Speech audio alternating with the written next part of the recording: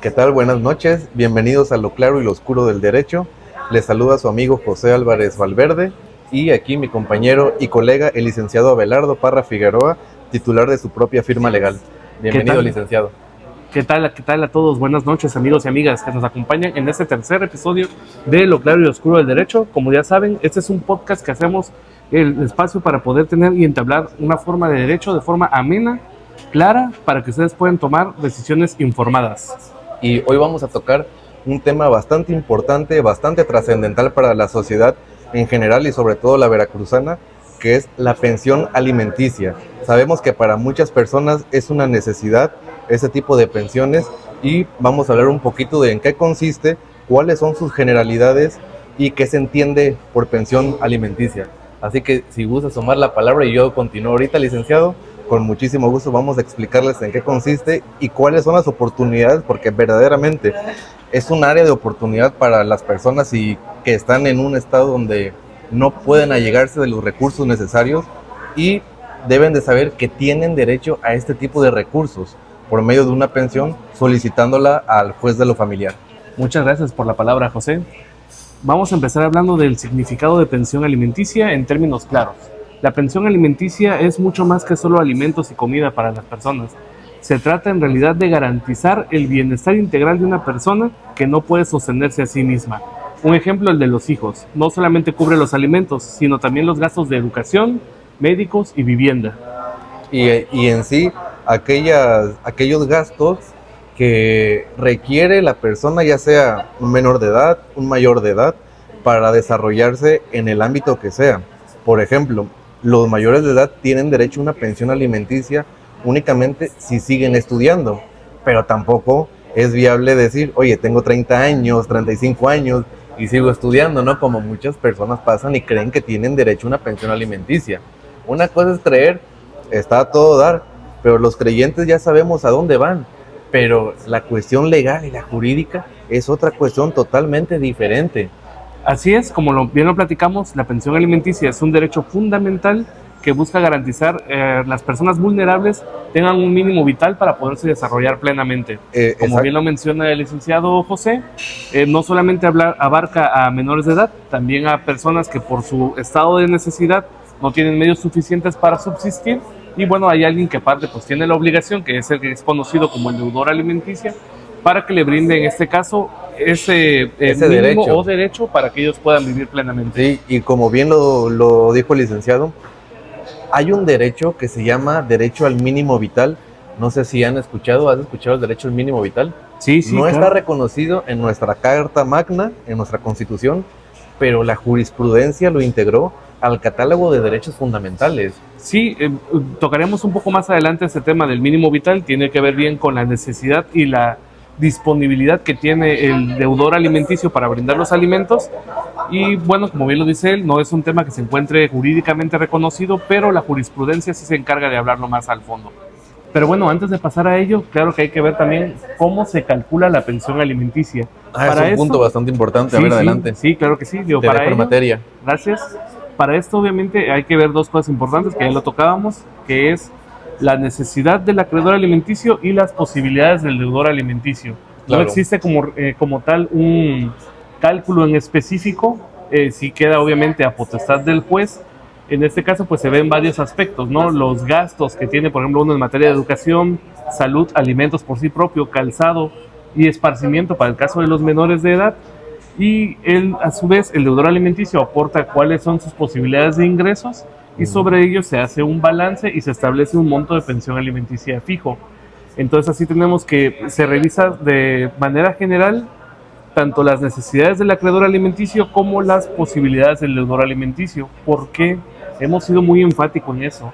La pensión alimenticia no es con el objeto de lucrar, es con el objeto de que las personas que se encuentran en el estado de vulnerabilidad tengan los elementos suficientes para subsistir. ¿Qué quiere decir esto? Mantener el estado de vida que ellos ya gozaban. Digo, uno no se va a enriquecer con la pensión alimenticia, porque obviamente nos ha tocado en la mayoría de los asuntos que hay diversas generalidades, hay acreedores alimenticios que abusan del sistema para poder perjudicar al deudor alimenticio, y también hay deudores alimenticios que se reniegan a cumplir con la pensión y sobre todo pasan por alto que en muchos de los casos quien se encuentra realmente perjudicado directo son sus propios hijos. Los menores. Así es. Por esa guerra interminable de querer ver si consigue dinero del esposo, y resulta que le deposita la pensión, pero resulta que se lo gasta en otras cosas, en las uñas. En este caso en las mujeres. Digo, también los hombres muchos se pasan en no cumplir con sus responsabilidades. Aquí es parte y parte. Entonces, pues sí es importante que se determine y se esclarezca esta parte, que la pensión no es únicamente para enriquecerse.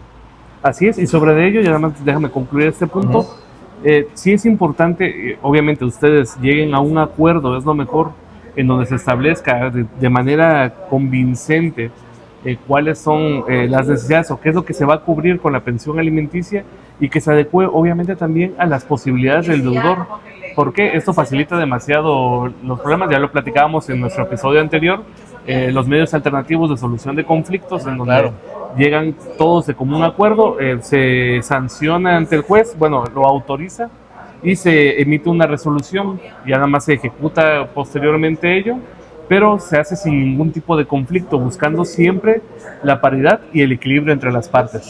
Estimado, ¿y sabías que no solo los hijos tienen derechos a percibir una pensión alimenticia? También la esposa, o inclusive la exesposa, la concubina y hasta el concubinario en algunos casos. O sea, no solamente los hijos tienen derecho a percibir.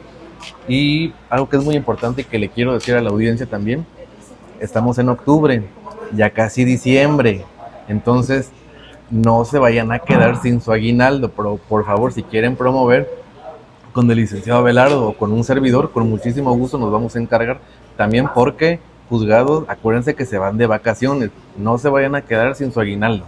Entonces, eso es un aviso que se les quiere hacer a todas aquellas personas que consideren que pueden tener derecho a percibir.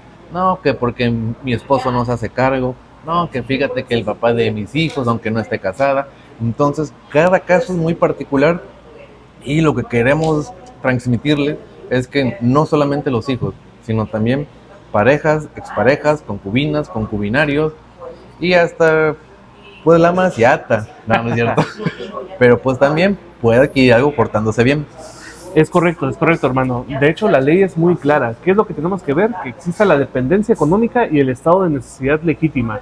Es lo que se indica que es clave para poder reclamar una pensión alimenticia. Entonces, bueno, y regresamos a lo mismo, ¿no? ¿Un hijo mayor de edad tiene derecho a recibir una pensión? Claro que sí, siempre y cuando él se demuestre que sigue todavía estudiando y que no tiene una profesión u oficio propio. Y otro punto importante, acuérdate que dice la ley que quien tiene derecho a recibirlos tiene que demostrar la necesidad, porque otro punto también está de la posibilidad del que debe darlos, porque no únicamente por estar obligado una persona a dar alimentos quiere decir que pueda darlos. ¿Qué tal si no tienen ni en qué caerse muerto? Pues, ¿qué hacemos? Sí, bueno, ¿cómo le sacamos el dinero ahí? Eso también lo vamos a tocar ahorita, ¿no? ¿Qué pasa si el deudor alimenticio no tiene los fondos suficientes para poder cubrir una pensión alimenticia? Pero bueno, ahorita estamos, por ejemplo, en la parte de quiénes son los acreedores, quiénes pueden ser, quiénes tienen derecho a percibir alimentos. Y bueno, vamos a tocar ahora el tema, como tú bien dices, del tema de los deudores alimenticios. Todas estas cuestiones que estamos hablando, sí, es muy bonito, lo que platicamos aquí como plática de café, pero ¿cómo se materializa este tipo de actos? Bueno, tenemos que hacer un escrito que se le va a denominar escrito inicial de demanda de pensión alimenticia, en donde tenemos que poner quién es la persona que está promoviendo, el domicilio, tenemos que establecer los antecedentes de los mismos y la narración de los hechos y los petitorios como tal, es decir, qué le estamos pidiendo al juez, la pensión alimenticia, ya sea para mí que soy una esposa o esposo, y para mi hijo en dado caso, en donde se va a radicar en el juzgado, se le va a asignar número de expediente y se le va a emplazar al demandado. O bueno, en dado caso no, la parte que demanda va a solicitar los oficios para irlos a presentar a la fuente laboral, y por cuestiones del destino, un día al demandado dice, oye, me descontaron de mi fuente, ¿qué pasó aquí? Pues se embargaron tu sueldo, mijo. Sí, eso fue lo que pasó. Así es, ¿no? Ya como que ya te llega de repente el sablazo, es cuando te enteras, oye, ¿qué onda? Ya tienes tu demanda ya iniciada ahí en el juzgado, ¿no? Y vaya forma de enterarte. Y sí, bueno, nada más para robustecer, siempre hay que ser muy claros en que esos escritos tienen que ir acompañados de las pruebas pertinentes, así es. en donde insistimos la parte que es muy relevante. Si eres acreedor alimenticio, es que demuestres tu relación con el demandado, el entroncamiento. Así es, y tu estado de necesidad. Dicho de manera más sencilla, bueno, si es para un menor de edad, el acta de nacimiento; si es para una cónyuge, el acta de matrimonio, y pues bueno, igual, y si es para un mayor de edad, si es para una concubina, hay que acreditar antes del concubinato. Es correcto. Pero ese es otro tema. Sí, nada más como rapidito ahí, podemos hacer una jurisdicción voluntaria para acreditar los hechos de que ellos ya cumplen los requisitos para ser concubino, y eso pues le da, dentro de muchas otras cosas, la posibilidad de requerir el cumplimiento de un pago de una pensión alimenticia. Entonces, bueno, como bien lo decía ya el licenciado Álvarez en una intervención anterior, este canal de comunicación es para con ustedes, y si tienen alguna duda adicional en lo que nosotros podamos ayudarlos, pues estamos aquí para servirles. Al final, como siempre, después de cada episodio damos nuestros datos de contacto, y pues aquí estamos para darle, y vamos a ver para el siguiente tema. El siguiente tema que tenemos es ¿qué pasa en el incumplimiento de una pensión alimenticia? ¿Qué es lo que pasa a hacer? Bueno, la ley tiene, por ejemplo, ciertos requisitos. Exactamente, y en un supuesto que yo tengo que me gustaría para que la audiencia conozca.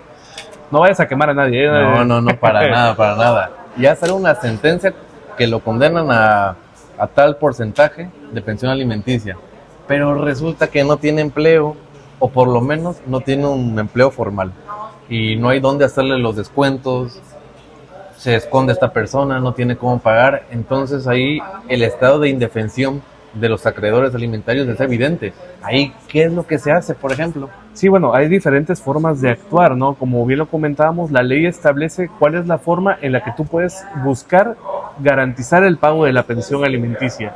Si es durante el proceso, que ya lo tocábamos en la intervención anterior, bueno, puede ser a través de un aseguramiento de bienes, la fijación del embargo precautorio en la nómina o en el salario, que se hace a través de una pensión alimenticia provisional. Y bueno, en dado caso, ya como dices tú, ya ha avanzado el proceso y que no se pueda localizar, sí es muy importante que se sea insistente en la existencia de este incumplimiento reiterado para, en el peor de los casos, o mejor para el acreedor alimenticio y peor para el deudor, es que se interponga una denuncia por el incumplimiento de dar alimentos. Las consecuencias jurídicas son completamente diferentes a la civil. Claro. Pero sí, como habíamos dicho, el Estado mexicano tiene la intención de garantizar que se cumpla con el pago de pensión alimenticia, establece estos medios de aseguramiento, y bueno, puede tener consecuencias que pueden estar hasta en una pena privativa de libertad. Y entre otros temas, mi estimado Abelardo, de la pensión alimenticia, no siempre va a ser fija. Por ejemplo, puede variar, te la pueden aumentar, te la pueden disminuir de acuerdo a las circunstancias de cada caso, por así decirlo. Imagínate que una persona le descuenten por concepto de pensión de esta fuente de ingreso, pero las circunstancias de él cambiaron y ahora su estilo de vida es completamente mucho más alto, pero de esta no se está beneficiando, sino de esta otra es donde le llegan esos ingresos. Entonces, pues ahí el juez tiene que tener conocimiento por parte de la persona que está solicitándolos. Es correcto, sí. De hecho, como bien saben, el derecho familiar no es algo que se quede completamente fijo, sino es algo que va cambiando de momento a momento. Entonces puede existir el supuesto o el hecho en el que, como tú bien mencionas, ¿no?, las posibilidades del deudor aumentan y le da chance al acreedor, que sería en este caso la mujer o el hijo, o el padre y el hijo, de solicitar un incremento en la pensión alimenticia. También puede ser que, bueno, las necesidades hayan cambiado y también hayan aumentado. Un ejemplo muy, muy sencillo, ¿sabes qué? O también incluso de la mujer, porque también ahorita la mujer, y de hace muchos años también, está trabajando mucho, hay que reconocérselo, y también gana muchísimo más que muchos hombres. Eso también es cierto. Sí, o sea, de hecho, ya ves que comentábamos. Tengo amigas que ganan muy bien también y pues bueno, vaya. Sí, es una forma es loable eso, de vivir. Sí, claro, sí, y ya, bueno, ellos ven la forma de contribuir a la obligación de la pensión alimenticia de forma proporcional, cada quien en su grado de posibilidad, para cuando hay un único acreedor alimenticio, sino que puede ser su hijo. Pero bueno, a lo que me refería yo en cuanto a la modificación, es que si existen circunstancias que modificaron para cuando se estableció la pensión alimenticia, dependiendo de si eres deudor o acreedor, tienes la posibilidad y obligación de informarle al juez para que modifique la pensión. Bien lo decíamos, ¿no? Si sabes que aumentaron las necesidades del acreedor alimenticio, pues bueno, vas a pedir un incremento de pensión. Pero Claro. si el deudor también dice, oye, ¿sabes qué? Es que mis posibilidades también se redujeron. Bueno, yo tengo derecho de pedir una reducción de pensión alimenticia, porque vamos otra vez al mismo punto, ¿no? Se busca un equilibrio económico entre las partes y sobre todo poder garantizar el modo de vida que venían ellos sobrellevando. Desarrollando. Y también existe la posibilidad que nos la da el marco normativo de presumir que una persona necesita una pensión alimenticia. ¿Es correcto? Por ejemplo, de acuerdo al estado de necesidad de la mujer, del hombre o del hijo, la ley determina que estas personas sí o sí necesitan una pensión por ser de orden público y de primera necesidad. Entonces, de ahí vamos a ver un poco un tema de la pensión compensatoria. Sí, claro. O sea, que claro. la pensión compensatoria, dice la ley y la jurisprudencia, que tiene una doble vertiente, asistencial y resarcitoria.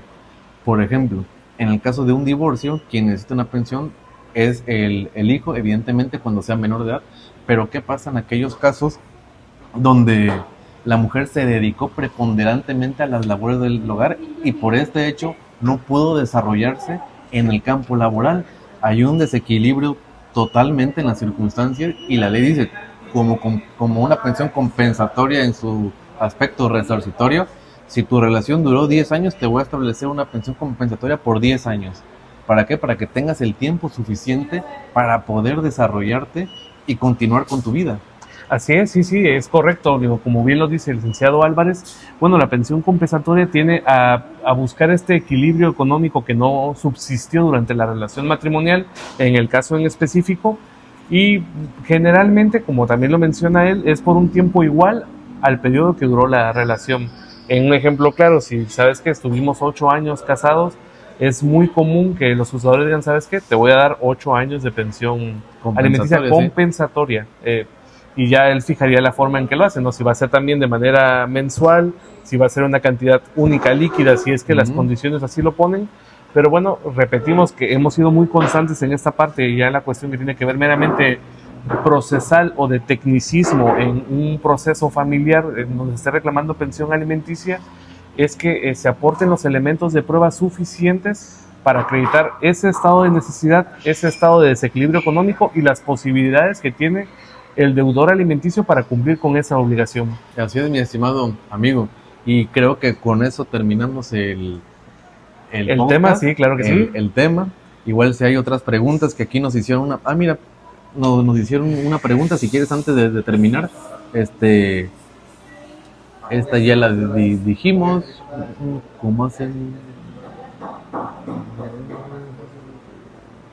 Que incluye la pensión alimenticia, como ya lo dijimos anteriormente, incluye lo que es, como su nombre lo indica, los alimentos, calzado, vestido, vivienda, salud también, entre otras cosas, para que la persona tenga un nivel de vida digno y se desarrolle en el ámbito social en el que se encuentre.